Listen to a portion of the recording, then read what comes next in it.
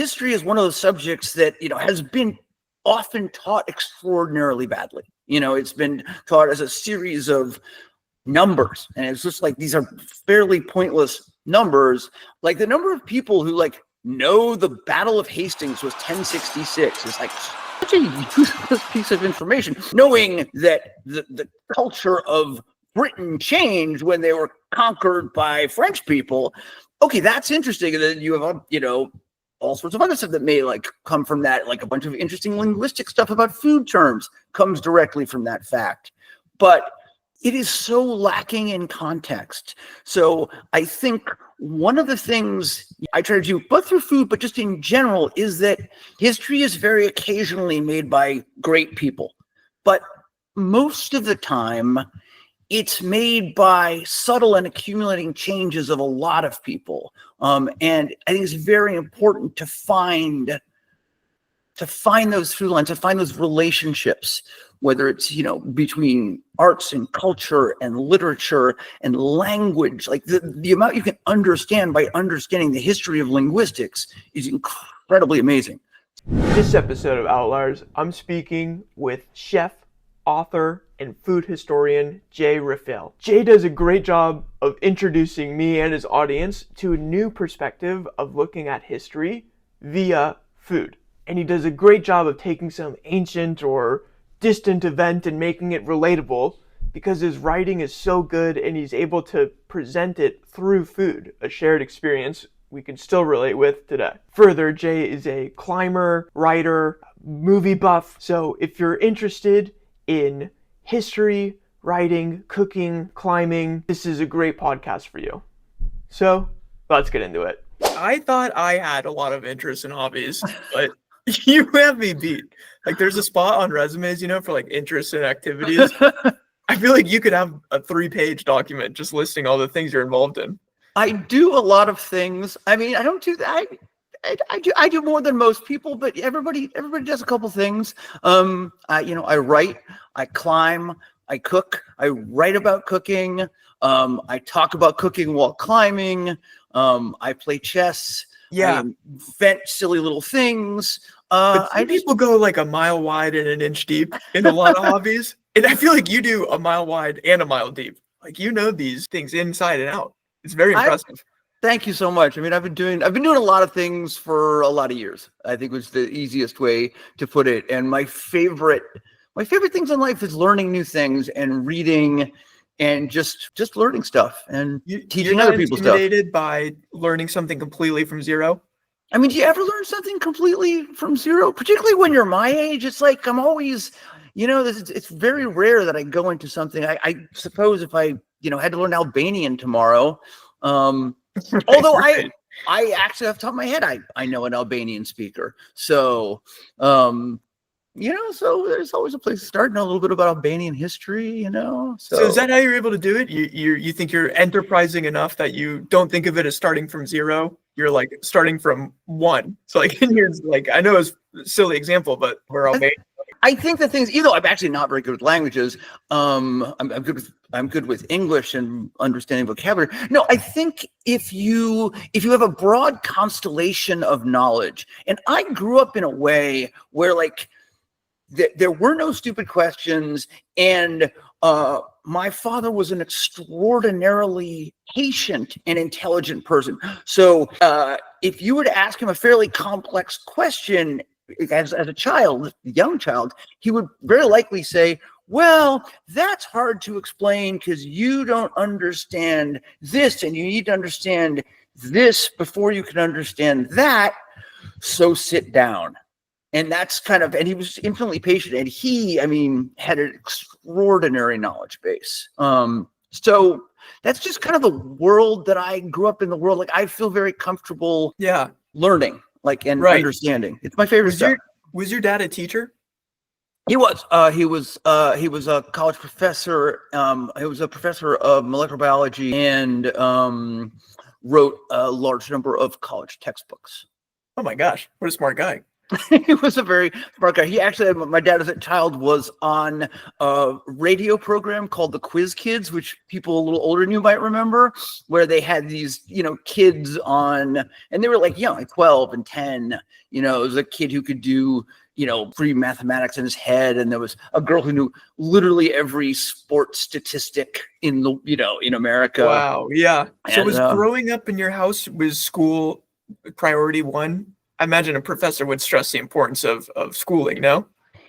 I mean, it wasn't. So like a good example is like, we were like a middle-class family. We didn't have a ton of money, but we weren't rich, we weren't poor. My father loved to travel more than anything. And my childhood was this constant fight with him taking me out of school to travel. Like he basically said, most American families have a Buick and they want a Cadillac, and once a year they go to Disneyland. Like, yep. We have a Nissan Sentra. We are always going to have a Nissan Sentra. Metaphorically speaking, when I was a little kid, we had a VW bus. And 3 times a year, we're going to go all over the world. And so I grew up traveling a lot. And that really also informed like my love of different cuisines and understanding culture through food. But so he didn't value necessarily like rigid scholastic, he cared about achievement. There was a lot of pressure that I didn't deal with very well, frankly, about that stuff, about like straight academics. But this notion that learning was fundamental and it was important and it was fun, that was just pervasive. So it like, to me, it always felt like a fun thing. Yeah, that makes sense. That feels so relevant to the way you teach now. Like just watching your reels, it's fun and educational. Yeah, I just want to, back to that, huh? Yeah, I absolutely. That's really where it all comes from. What sort of memories do you have from traveling? You said 3 times a year? Yeah, and one of those was often like we would do like a normal holiday, like once a year. But I mean, when I was a little kid, we go to like Mexico a lot, like he really loved Mexico, but we go to Thailand and Egypt and like all over Asia, Morocco. I've been a tremendous number of places over the years. And so, yeah, my whole childhood was traveling and going to just markets and like a lot of walking around and staying in small places. My father spoke a very large number of languages, so it made it very easy for him. Pretty much, I mean, he spoke like a number of languages fluently, and then he could pick up, languages very easily and had a smattering of this and that. And I'm trying to remember because there was one place we were. I feel like it may have been somewhere like Egypt, but it was a place where he tried, like we were kind of lost, and he just, kind of buttonholed some people, and he tried English and French and Spanish and German and couldn't, and still couldn't, because it was like he really didn't have Arabic, right? And I feel, but he found someone who spoke Danish, and my dad, of course, speaks fluent Danish. It was no problem at all. Like, it was just kind of a weird way to grow up, but it was fun. Oh my gosh, that's incredible. Yeah, he really was like I'm like the black sheep of the family because I speak English, I would argue, extremely well, and terrible Spanish, and have smatterings of vocabulary words across a lot of languages, but everyone else in my family speaks like at least 3 languages fluently. Like, yeah, that's incredible. I mean, you're working in cooking and history, like, of course, spans across geography. Right. Like it's from all over. And then you introduce the time element too. Yeah. Spanning across time. I can see how at a young age you're introduced to food and cultures all around the world then. Yeah. And if you have someone who can interact with the language and the locals, you get a little bit more of an intimate introduction to that culture, right? Yeah. It's like we never did anything like go on a tour or, every once in a while you'd get like, someone to guide you a little bit, but it's like this was the 70s and 80s. We had Xerox guidebooks, and and you just go places, and some parts of the world were very different. I mean, the thing that I always remember is that, like, when I was a kid in Mexico a lot, Mexico wasn't dangerous then. Like it hadn't, like the drug trade hadn't exploded, so like we would just fly to Mexico and rent a car and drive around. And occasionally, someone would like shake you down for a couple of dollars, but like you weren't going to have your, head cut off. Like Sure, the way yeah, something parts of crazy. Mexico are, are extraordinarily dangerous. And now I'm really lucky in that, like, I have a big crew. I mean, a lot of my crew are Mexican, actually. Yeah. And so we have a lot of, good Mexican food in the kitchen. But When you're a kid and you're exposed to that much, do you remember what you wanted to be when you were a grown up? theoretical physicist. Really? Yeah, or a cosmologist. That's what I kind of assumed. I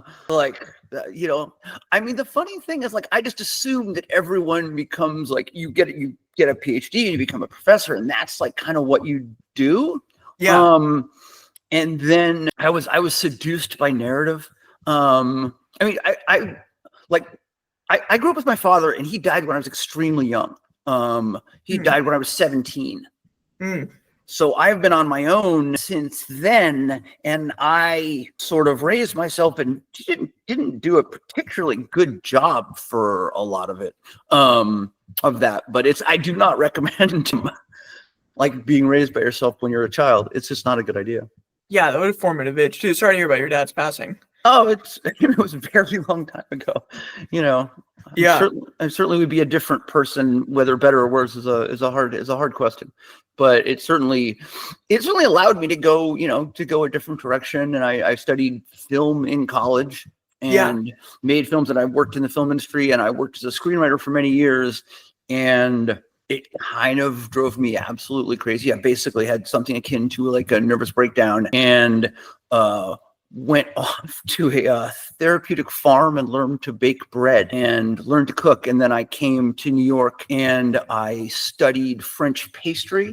So technically my cooking training was originally in pastry, but I then taught myself all the savory food and a lot of other specific stuff like classical Indian food and classical Chinese food.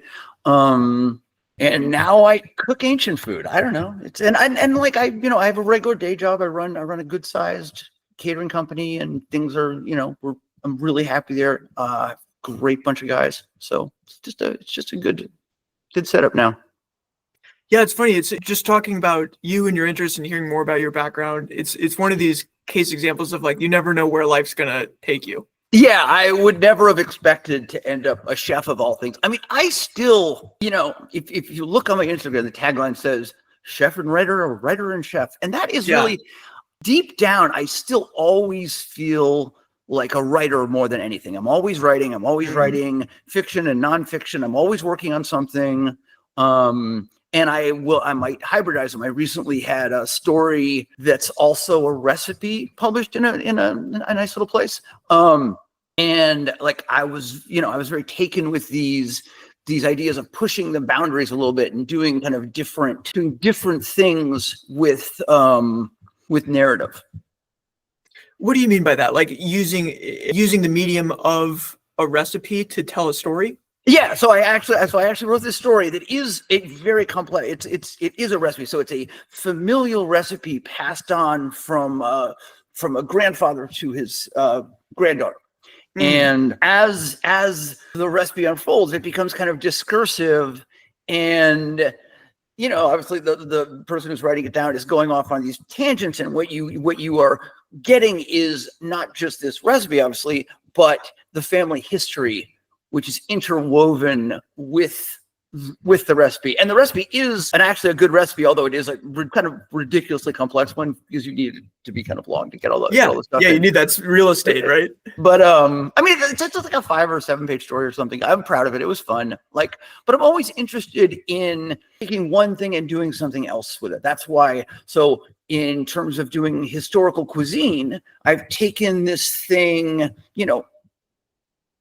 just food, and you use that as a window into history. You use that as a way to expose people, to connect people to their own past and the past of other groups of people throughout history.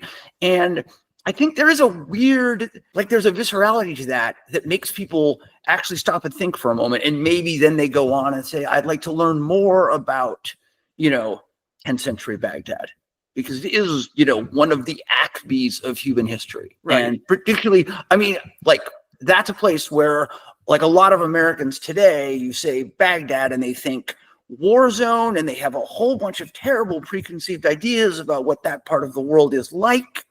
Right. And, it is easy to forget that those same people who might be celebrating, like the Greeks and Romans, that they only have a lot of those texts because they were translated and brought to us by the 10th century Baghdadis, who also had a cuisine that is like unbelievably elevated. And Right. just it was a moment of culture and literature. It was like one of the greatest places on earth to be 1,000 years ago. So I know that's a big task to try to accomplish with a plate of food, but it's possible. And I think there's something there. I couldn't agree more. I mean, I love history, but history to me, when I read it, it feels more like it leverages my imagination than my memories. Absolutely. And so I'm imagining, what would it be like to be a Roman centurion on Hadrian's Wall, or what would it be like to be in, like you said, Baghdad at that time? And it leverages a different part of my brain when I'm like, oh, okay, I can relate to them eating this meal. It doesn't have to rely. Yeah, that's such a good way to. I'm saying that's such a good way to think about it, because like history is one of those subjects that has been often taught extraordinarily badly. It's been taught as a series of numbers, and it's just like these are fairly pointless numbers. Like the number of people who know the Battle of Hastings was 1066 is like such a useless piece of information. Like knowing that the culture of Britain changed when they were conquered by French people. Okay, that's interesting. And then you have, all sorts of other stuff that may come from that. Like a bunch of interesting linguistic stuff about food terms comes directly from that fact. But it is so lacking in context. So I think one of the things, that I try to do, both through food, but just in general, is that history is very occasionally made by great people. But most of the time, it's made by subtle and accumulating changes of a lot of people. And I think it's very important to find those through lines, to find those relationships, whether it's, between arts and culture and literature and language. Like the amount you can understand by understanding the history of linguistics is incredibly amazing. So there's so much of technological history that's so important, but it's stuff like the water wheel and the stirrup. It's things like that. It's not, and printing. I could go on and on, but no, I love all of this. I think you see my point. Could you talk to me about, to use a pun, like your history with history? When did you start realizing you have a passion for the past? I think I'd say the funny truth is my path into history was probably through trashy novels of my youth. It was probably through a combination of two things. I went to a kind of a funny school that had a real emphasis on classical humanities. Yeah. And at the same time, I loved science fiction and fantasy novels, Yep. And so much of those, I think you don't realize initially that so much of, today it would be something like Game of Thrones or something. And then for me, it was Michael Moorcock and Elric and, so much of that are riffs on history. So much of that is riffs on classical stories, just kind of put in a blender and romanticized. Sure. And at a certain point, you start to realize that the actual stories are sometimes better than the, romanticized ones. You may not know as much about them, but there's a lot of things that happened in history that were just absolutely crazy and insane. So yeah, I think that's where it really started. And then I would say, I actually think chess is the best metaphor for what I'm about to say. It's really fun to learn chess when you're a kid, because you're learning new stuff and you're totally blind to the vast ocean of shit you haven't learned yet. Yeah. So it's really fun when you're learning all this stuff and you don't remotely realize how much you don't know. And I think every chess player has this epiphany when you're oh, unless I dedicate my absolute life to this, I'm only going to end up knowing this much. So I'm just going to try to enjoy it and, learn some new stuff. And I think both in history and science and literature, I've come to that same point at some point where I'm like, oh my God, there's so much of this I don't know. And that bothers me.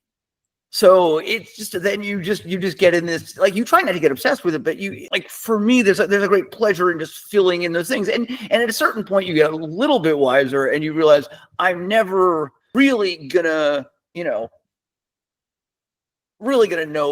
like an appreciable amount about anything, but you can know big chunks and you can get some kind of like broad understanding of things that's valuable, Yeah. That's an interesting framing. I guess this is a intense way to look at curiosity.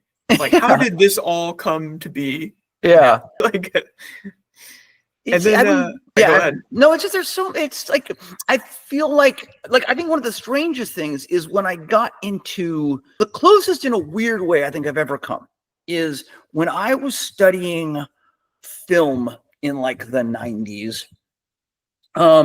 There wasn't that much like recorded film available, like videos that you could actually get access to, even if you spent all your time, which I did for a while. Like I had a year where I watched over 1,000 movies. And first I was like, I had a list of every major director I'd ever heard of, and I want to watch their 2 best films. And I'm like, no, I want to watch all their most important films. And there was like a moment when you couldn't get like, really a big chunk of all the stuff that there actually had existed. There was lots of stuff that was just gone, or like when, not going to be on video or whatever, was not going to be ever shown anywhere. But there was this moment where you could get more of that than you could in like the world of literature, just because film is so young, right? So you could see most of the great films from like the first decade of filmmaking. If you went to a repertory theater and stuff, you get most of them. You could, so for a moment, that was probably the closest I ever came to like being actually knowledgeable about that stuff. And now it's just, once again, it's become very cheap, so to speak, to make stuff. There's like so much content being created. You really do have to pick and choose, and it's almost, you get, lost in a flood of kind of second-rate things. It's still a joy to find something good, obviously. But that's like that's just like one of those strange moments. Like someone needs to invent like a new art form. It's like, but I think that's the whole modern argument that there isn't like that much new stuff coming, that right, it's like introducing a new medium. It's all riffs on old, it's this plus that, it's riffs on old stuff, and it's, recombining stuff. And I think there's some truth to that, That's interesting. Yeah, that's really interesting. On that, could you walk me through your relationship with writing? Yeah, it's a fraught one, actually. Yeah.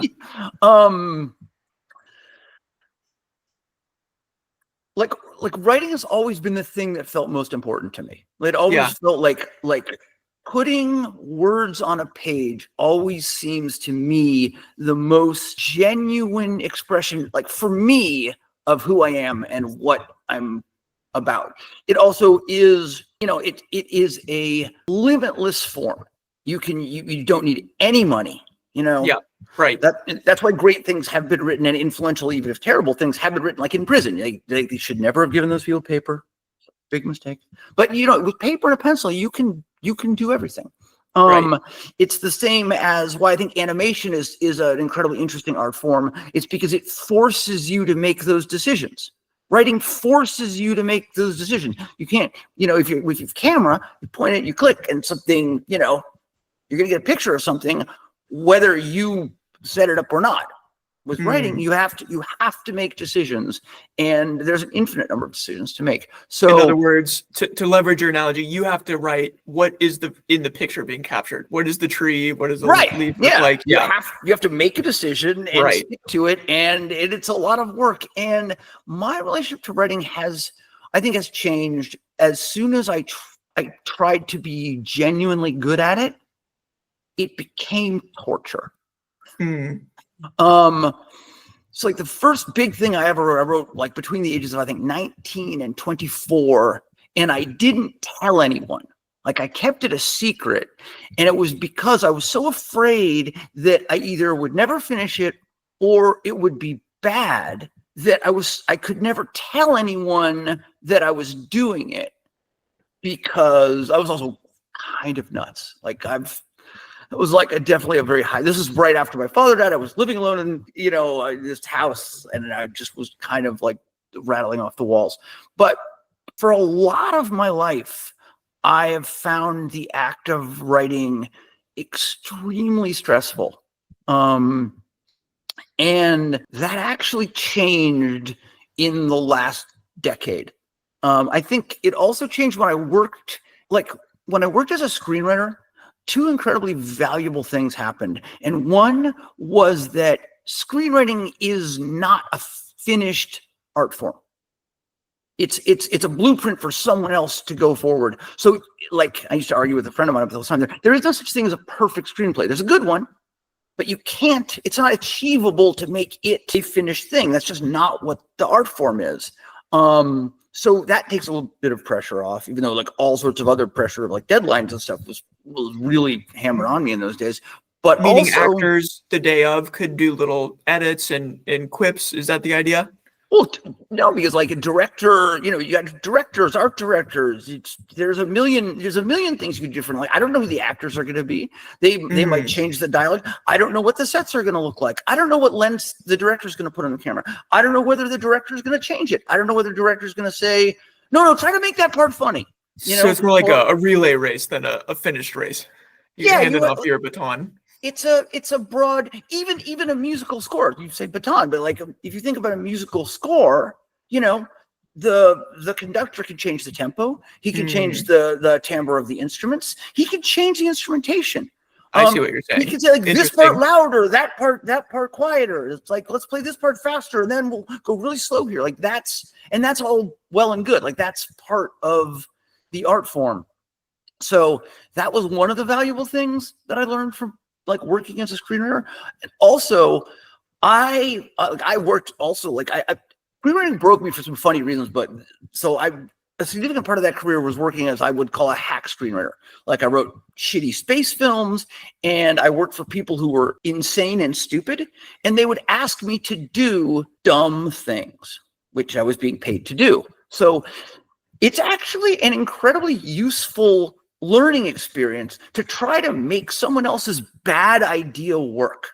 It's a really good, it's like a good exercise. It's like, okay, this is what I wanted to do. And they're like, no, can you make it like this? Which is just a patently bad idea. But, like you definitely learn something from that. Like here's a very broad strokes challenge. This is one of my very few true Hollywood stories, right? So this actually happened to me. I was sitting across the table from a balding, ponytailed Welsh producer who said to me these words: "Women trapped in a deserted space prison asteroid. What do you think?" And, watching the gig, I said, "Brilliant. When do we start?"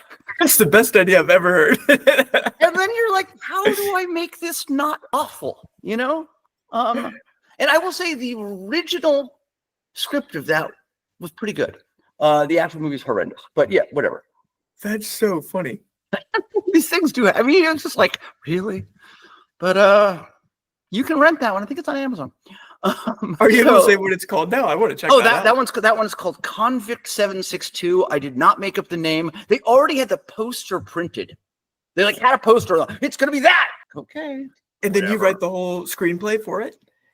Technically, all the ones I did for that company were technically rewrites. But yeah, that one I wrote because they had hired some other writer and fired them. One of the reasons they always make it a rewrite is you don't have to pay residuals contractually on these like rewrites. Oh, interesting. Yeah. So that's what I was told. I mean, I wasn't gonna get residuals from those things anyway. But yeah, I mean, so that was one of those movies that I wrote in that where I kept like 3 pages of the original script or whatever. But mostly I just, like threw it away and just wrote something, I was always like, I think I was reasonably good at that stuff. A lot of these were like space movies. Yeah. That like, I did grow up like reading sci-fi, and I like sci-fi, but I'm not a sci-fi guy. I'm not into it. So if you would read these horrible scripts that would have some like long description of either like a set they're not going to be able to afford to build, or like some long description of like the hyperdrive, and like no one, you know, it's like, so I would basically like, I'm going to set you a taut little action film, with limited effects in space, you know, and hopefully that has some snappy dialogue and some twists and turns in the plot, and it's gonna be in space, and we'll get there, you know. And so like they could have been passable. Most of those movies are like unwatchable direct, but you know. But I could see how you learning those skills is such good exercise for your.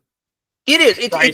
It's a useful skill. And then the last couple things that I've written or worked on over the last like 10 years, I just somehow, like, it's like, you know, like once you succeed at something once or twice and you like think, no, this is going to work. Like it will, you know, there's going to be challenges. I'm going to come out the other side of it, probably with something I'll be proud of, you know? So I'm kind of back to just, you know, just to enjoying, you know, sitting at my desk and making up stories. Totally. So after screenwriting, like, do you get back into journaling? Like, what's your re-entry into the creative world? I have never journaled. It's one of those funny things that like, I think journaling is great for a lot of people. It's just never been like, I write very few like short stories. And I actually I honestly think the emphasis on short story writing has to do with the way that writing programs work, and that people, you can't, it's hard to teach people to write if you're trying to teach them to write a novel because it takes so long, but But a short story is a fundamentally different form of writing on some level as a novel. I was talking to someone just yesterday. I remember saying like the thing is, if you come home and you write a page a day, a good page a day, ideally, in a year or two, you'll have you'll have a book. It may not be a good book, actually, because a series of good pages doesn't necessarily make a good book. You still need to have structure, but you you don't need to write, as much as maybe you imagine people having to like churn it out and stuff. And once again, I don't write necessarily super long books, so I don't know. And like the fiction ones aren't published anyway, so you're listening to the rantings of a madman at this point. So just like, take that with, take anything I say with a grain of salt. Like, yeah, no, I loved looking through just some of your writings on history, and it's just a fun. You really capture, I think, how fun it can be to learn. Yeah, I try, like there's a real energy in your prose. I appreciate it. Yeah, like the humorous sidebar stuff is. I think that's a really good way. That's how I want people to initially approach history, and then you get that urge to do to do the deep dive, and correlate it all for yourself. So totally, because I think you're right. A lot of people reading, it's almost like reading a Wikipedia page. It's good if you just want to know ABC, but it's so dry. Yeah, if you just were a Wikipedia, I mean, I love Wikipedia, but it's not like the most amusing writing. No, I think, and I have a good time reading your work. It's fun. Thank you. I mean, so much, like, I think so much of good history, like good historians out there, like a funny example, Barbara Tuchman, who wrote like famously like The Guns of August, which is this, book, one of the big histories of World War I, wrote a really great book called Proud Tower, or it's called Proud Tower. And it's about all the things that were changing right around the turn of the 19th century. And she's writing about some things that are terrible, like the Dreyfus Affair and like anarchist violence and all these things, and like the basically disempowering of the House of Lords in Britain. And that bit is so funny. Like there is a lightness and humor to her prose that is it's just tremendous. And like I'm just a huge fan. I think there's other stuff that's also like, and maybe this is a flaw of mine, that I like to read about the extremes of human experience. So I read a lot about things that are terrible, and often you stumble upon, and these are like human tragedies. Let's accept that, but stuff that is so extraordinarily perverse that it's kind of funny. Like there's like the only way you can approach some of these things is with this sort of gallows humor. And I think real history is one of the best places you're going to find that, you know? And maybe that's a character flaw, but I think humor is the way a lot of people deal with the challenges of life. It's certainly the way that I deal, or one of the healthier ways that I deal with the challenges of life. So, yeah. And rock climbing. See, it's like rock climbing and humor. Yeah. Yeah, totally. I get that. It is interesting with history. To me, becomes more impersonal the further past you go. So, like, 19th century person, I can understand their life a little better, kind of intuitively, I guess, than would like a 100 BC person. I think so. I think like the further back you go and the more you read, I think you're right, but there's also stuff like when you're reading about like a sort of like crappy, like pump and dump real estate scam in the 1st century BCE, it's suddenly you will often stumble upon stuff that just feels, you know, and you get these kind of demagogic, creepy, you know, jackasses hiring mobs to like pretend they're more popular than they are and influence the Senate. Right. In the 1st century BC. I guess it actually does. Sometimes that stuff really clicks and you're like, oh, it's kind of depressing. It's like, oh, the same shit just happens over and over again. And, you know, we're all doomed. But I don't know. I mean, I think. What's your go-to dish example when someone asks, when you say like, oh, I'm into historical foods, do you have a go-to like, oh, this is, if you want to read about this dish, you're going to be in love with learning the history of it? I kind of do. And it's actually, not surprisingly, a 10th century Baghdadi dish that I'm going to mispronounce. I think it's sikbajat or sikbaj, which was this beloved vinegar stew, like a sweet vinegar stew that I think is incredibly interesting for a bunch of reasons. Some of which are, like most simply, I think it is an absolute window into the type of food that was popular, like very fragrant with spices, similar maybe to what we think of as like modern Persian food, which weirdly enough is the flavor profile of European medieval food. Is probably it's a sour, redolent with spices cuisine that's actually closest to like the modern Middle East. But sikbajat was the most beloved dish, you know, in this period. And like I'd like to say like, oh, there's a story about it. There's lots of stories about it, but I'll give you two. I'll give you at least one. So the we've had a cooking competition and said everyone come from far and wide and cook your best dish, the thing you're best at cooking, that you love the best. And everybody came and everybody made sikbaj. And most importantly, no one was surprised. It was just absolutely central. Like it was what everybody loved. I mean, the other thing you have to understand is that the book that I'm drawing this from, which is called The Annals of the Caliph's Kitchen, which is written in the 10th century.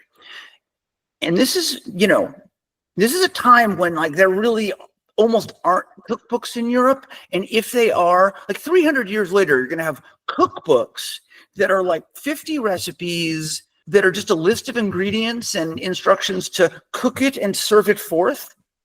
This is this enormous tome that has weights and measures. It's divided into sections. Wow. And like the West doesn't catch up for 500 years. Like you don't get anything like it until Renaissance Italy. Like, wow. But what it has that none of those cookbooks have, it has poetry and stories that are like woven into stuff. And you aren't going to see that in the West until maybe the last century when cookbooks started to get all like, you know, all huggy and having like fun stories.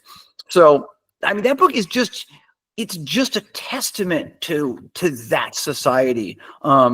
And it's delicious. Like it's also one of the dishes that is easier to cook than a lot of like the really like overblown ornamental crazy stuff I do. Yeah, and it's really delicious. It's a really satisfying dish. Oh, that's such a fun story. I'm picturing like one of those chili competitions. It's very much like that, except it's like cook whatever you want, but then everybody cooks chili. You know, it's like that.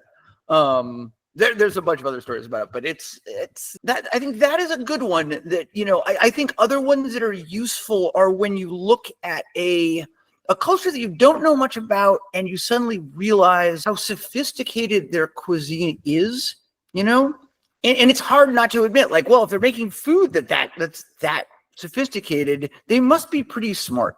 I think the single mistake most people make about history, and it drives me crazy, and it's almost like the ancient aliens fallacy, right? It's this notion that people in the past were stupid, that they were just like that. They were not as intelligent as we are now. And no, like, we have a lot more tools at our fingertips, and like, we are standing, as they say, on the shoulders of giants. Like, we have all this learning. We're taught so many useful things, but we're not working with any more firepower in our heads than they were 2,000 years ago. So it's like, I find like these notions that like ancient Egyptians couldn't build the pyramids because they're stupid. No, they could absolutely and did build the pyramids because they're really smart. Right. And a bunch of really smart people have figured out just precisely how they did it. And yeah, there's other things that we haven't exactly figured out yet, but we probably will because we're smart. Yeah. So, but yeah, I think that is the huge, that is the worst historical fallacy. And I do hope that by putting something really fascinating in front of people, they will overcome that. They will actually think, oh, wow, maybe these people were smart. And like, look at the kind of people around you right now who are idiots, and have they have all access to all the information in the world. And they're like roping around like idiots. It's just, that was not erudite of me, but it's really frustrating. Yeah. I can understand those frustrations. I'm so curious, like, you touched on it a little, just like your perspective, but did going through the exercise of finding a collection of important historical meals to write about in your book change that view of history you had? Like, did it help validate the opinion we were just expressing of like, oh, okay, people weren't actually that different. They were still very smart. They just didn't have all the incremental benefits we have today. Yeah. I mean, I think, it maybe broadened my understanding of stuff, but I wouldn't have gone into it without, if I didn't have this belief, that people had been smart throughout history, already. And I do put the caveat on the food that is within the cookbook is, of course, food generally for the elites, because there's meat in it, and throughout most of human history, the majority of people, were, if not subsistence farmers, like they weren't eating, like socioeconomic situation was such that, they weren't having, like, mostly eating stews of grains, Right. Right. There were, it is funny to remember, like, ancient Rome, though, had a really big, like, stacking culture. They had a lot of food stalls. You could go down to the square and there'd be a lot of people selling a lot of different kinds of foods. Lots of sweets were sold that way, much like a bazaar in a lot of places now. Whereas, let's remember, if I have a record of it that I'm working from, that's a book, right? Right. Most people throughout human history were not literate, Right. So if you have a book which was probably handwritten by a scribe, that's an extremely valuable and high status object. Like, it's by nature going to be for rich people. And, doesn't mean that the poor people weren't smart. They were just poor, Yeah. I think a really interesting question to ask is, when you look at like a medieval cookbook, particularly ones I mentioned before that are like really quite small and pretty like rudimentary, an interesting question is who that book was actually written for. It's extremely valuable. Like, it's not tremendously useful if you're a master chef cooking, for someone who can afford to employ a master chef, right? Because that master chef started in the kitchen as a boy. He's almost certainly a man. Yeah, right. And has worked his way up, and he knows those recipes. Like, I don't, like if I'm cooking 50 or 100 things, I have those recipes in my head. I've been making them my entire life, right? Yeah. So who is that book for? I think it's two purposes to that book. A, it's just a status object. Just look at this book I have, I'm so cool. But also, a lot of those date from the period when women had a much more important place in running the household. And they were expected to actually run a household and to kind of hold on to the purse strings of the household. So particularly when a lot of these like European recipes have a lot of spices that are imported from as far away as Indonesia, which means they've traveled across the sea to Indonesia, probably to India, across a ground, like a camel caravan across China, probably to maybe Egypt, and then across the sea to Venice. And if it's in England, they've now got across Europe and across the sea again, probably, right? Yeah. Being, you know, their value increasing every step of the way. Those things are incredibly expensive. They also thought they were magic, but that's a different issue. I'll get into that some other time. But so to know how much or like what spices are supposed to be in what gave the woman who's supposed to run the household affairs like a valuable tool. So like, you know, fascinating. Yeah, because like a general ledger almost. Absolutely. Things like all these things were kept under lock and key. Common sugar was kept under lock and key because it was considered a spice and a totally magical one. Like white refined sugar in Europe and the Middle Ages was like totally magic. So it'd be like moon dust in our exactly. That's why that's why it's like one of my favorite like historical myths is this myth maybe you've heard it, where people say that they use so many spices in the Middle Ages to cover up the flavor of rotting meat, which is laughable for two simple reasons. A, if you're having a feast like that, you're not dining alone. It's not just you and your wife and your kids. It's you and the court. So it's 30, 40 people probably. So you may have slaughtered a bull and you're cooking half of it today and you're going to cook half of it tomorrow. And the rest you're going to give to the poor. You're going to give away out the back door if there is any left, right? So there's not going to be a whole lot of meat waste, right? Yep. But the nutmeg you might grate onto that to cover up its spoilage costs more than the bull.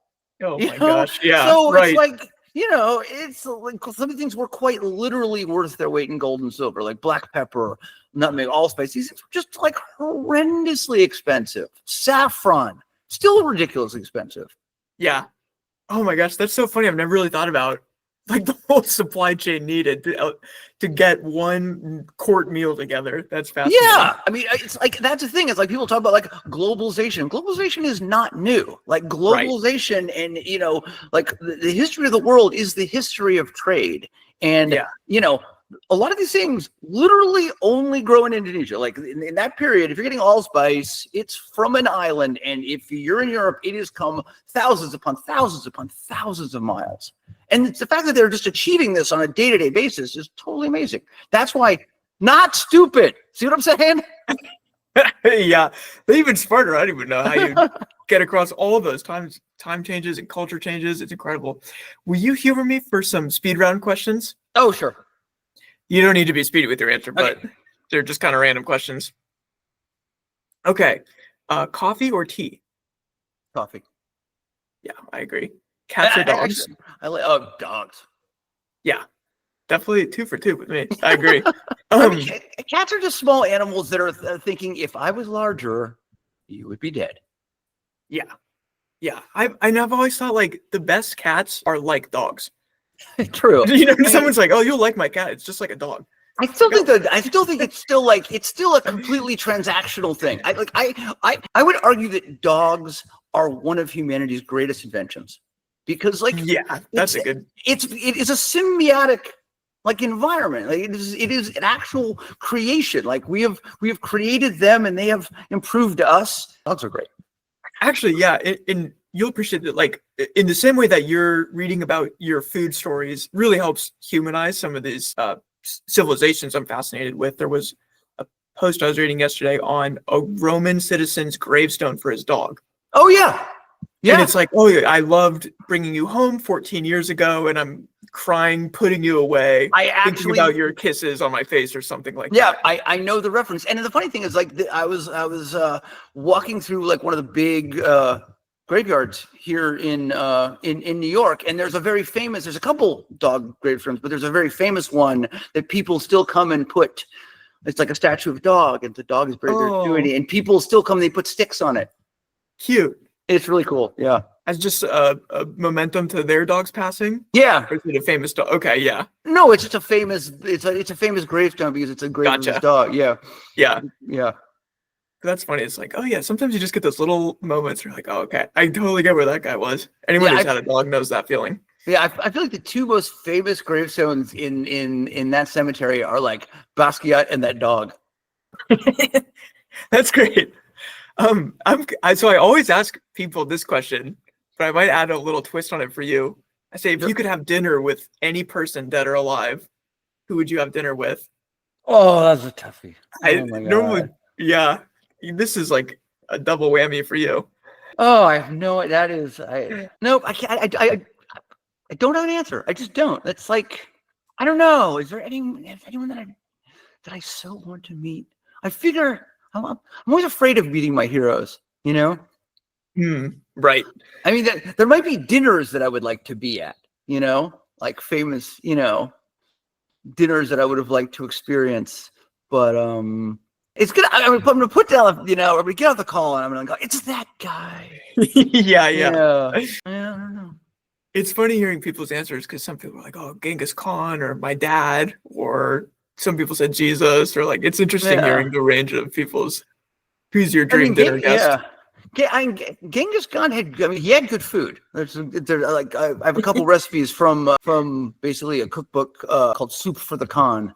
That's that period. And it's really interesting because, you know, it was like, it's another great example of like incredibly like cosmopolitan in the sense of like, it's a real mixture of cultures because they were just conquering everyone.